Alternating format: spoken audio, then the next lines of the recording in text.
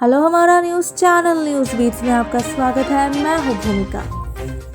Putin के दौरे से पहले S-400 मिसाइल सिस्टम पर भारत की दो टूक। 21वें भारत रूस वार्षिक सम्मेलन के लिए पुतिन ऐसे समय में भारत आ रहे हैं जब भारत ने रूस के साथ S-400 जैसे मिसाइल सिस्टम को लेकर एक करार किया हुआ है और अमेरिका उन देशों पर दबाव डालता रहा है जो रूस के साथ रक्षा सौदा करते रहे हैं। S-400 मिसाइल सिस्टम के कारण तुर्की तक को अमेरिकी गुस्से का सामना करना पड़ा था, लेकिन भारत ने अब इशारों में साफ कह दिया है कि वो किसी भी दबाव में नहीं आने वाला है।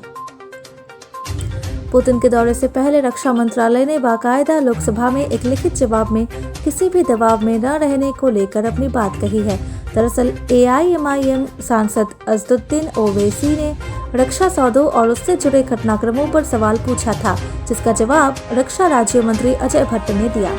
रक्षा मंत्रालय ने क्या कहा? रक्षा राज्य मंत्री ने जो बयान दिया था उसे PIB ने भी प्रकाशित किया है। बयान में कहा गया है, रूस के साथ S-400 सिस्टम की डिलीवरी को लेकर 5 अक्टूबर 2018 को करार हुआ है। सरकार रक्षा उपकरणों की खरीद को प्रभावित करने वाले सभी घटनाक्रमों से अवगत है। सरकार सशस्त्र बलों की सभी सुरक्षा चुनौतियों का सामना करने की तैयारी के लिए संभावित खतरों, ऑपरेशनल और टेक्निकल पहलुओं के आधार पर संप्रभुता के साथ निर्णय लेती है। ये डिलीवरी अनुबंध की समय सीमा के अनुसार हो रही है। S-400 मिसाइल एक बड़े क्षेत्र में निरंतर और प्रभावी वायु रक्षा प्रणाली प्रदान करने के लिए अपनी परिचालन क्षमता के मामले में एक शक्तिशाली प्रणाली है। इस प्रणाली के शामिल होने से देश की वायु रक्षा क्षमता में उल्लेखनीय वृद्धि होगी। रक्षा मंत्रालय की ओर से संसद में दिए गए इस बयान को बहुत अहम समझा जा रहा है, क्योंकि अब तक माना जा रहा था कि अमेरिका के कारण भारत S-400 मिसाइल सिस्टम पर कुछ नहीं बोल रहा है।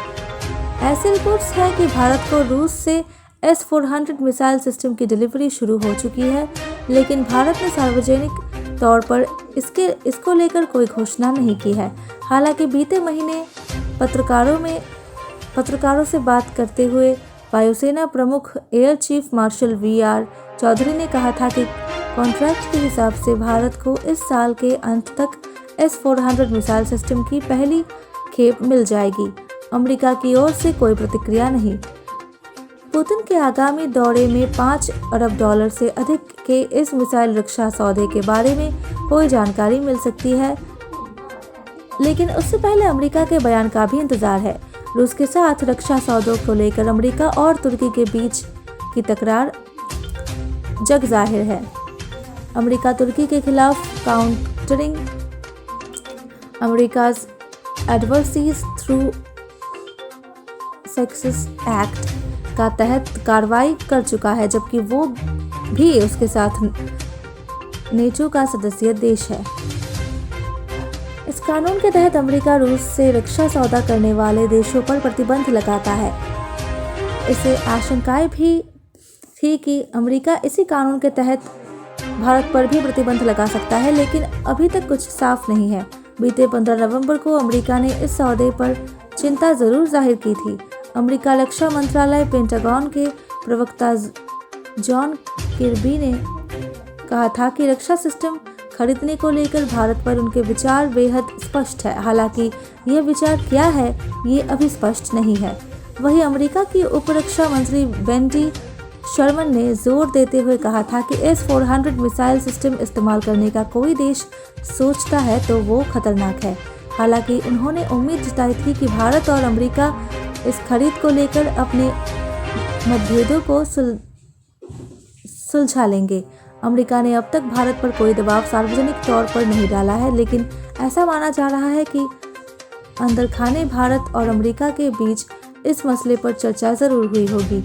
रक्षा विश्लेषक अजय शुक्ला ने ट्वीट करके इस मामले में दबाव को लेकर संदेह जताया है। उन्होंने रक्षा मंत्रालय के लोकसभा में दिए बयान को ट्वीट करते हुए लिखा है, दिल्ली की ओर से एक आक्रोश वाली प्रेस रिलीज जो कह रही है कि भारत विदेशी ताकतों के दबाव के आगे नहीं झुकता और वो भी सशस्त्र बलों की सभी सुरक्षा चुनौतियों का सामना करने की तैयारी के लिए संभावित खतरों, ऑपरेशनल और टेक्निकल पहलुओं के आधार पर संप्रभुता के निर्णय के मामले में क्या अमेरिका की ओर से दबाव है? अमेरिका क्यों नहीं लगा रहा भारत पर प्रतिबंध?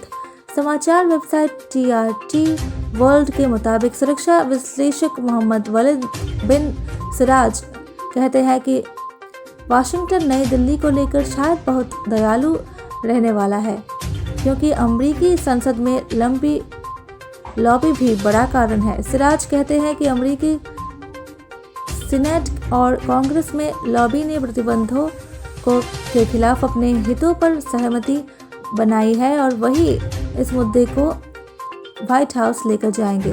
26 अक्टूबर को दो प्रमुख अमेरिकी सीनेटर्स डेमोक्रेटिक पार्टी के मार्क वार्नर और रिपब्लिकन पार्टी के जॉन कार्निन ने राष्ट्रपति जो बाइडेन को पत्र लिखकर CAA-TSA कानून में भारत को छूट देने की अपील की थी।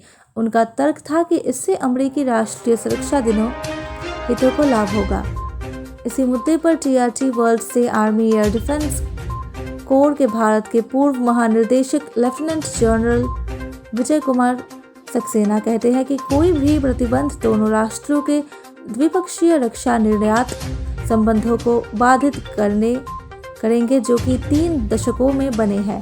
लेफ्टिनेंट जनरल सक्सेना कहते हैं, रक्षा निर्यात संबंध बताने के लिए अमेरिका ने एक कठिन रास्ता तय किया है और इसी साल बाइडेन प्रशासन ने भारत को संभावित 2.5 अरब डॉलर के हथियार बेचने की अनुमति कांग्रेस को दी है। मुझे नहीं लगता है कि अमेरिका इस S-400 पर प्रतिबंध लगाने के लिए अपने उछाल मार रहे निर्यात संबंधों को बिगाड़ेगा। भारत और रूस के बीच रक्षा सहयोग। भारत और रूस के बीच रक्षा सहयोग सोवियत संघ के ज़माने से है।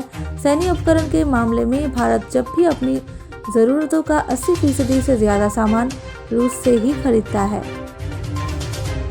भारतीय वायुसेना रूस में ही निर्मित MiG-29 और सुखोई 30 उड़ाती है। भारतीय नौसेना में भी रूसी जेट और पोत है। भारत ने रूस से परमाणु शक्ति से लैस सबमरीन का भी ऑर्डर किया है, लेकिन हाल के वर्षों में इसराइल और अमेरिका भी भारत के रक्षा साझेदार के तौर पर उभरे हैं।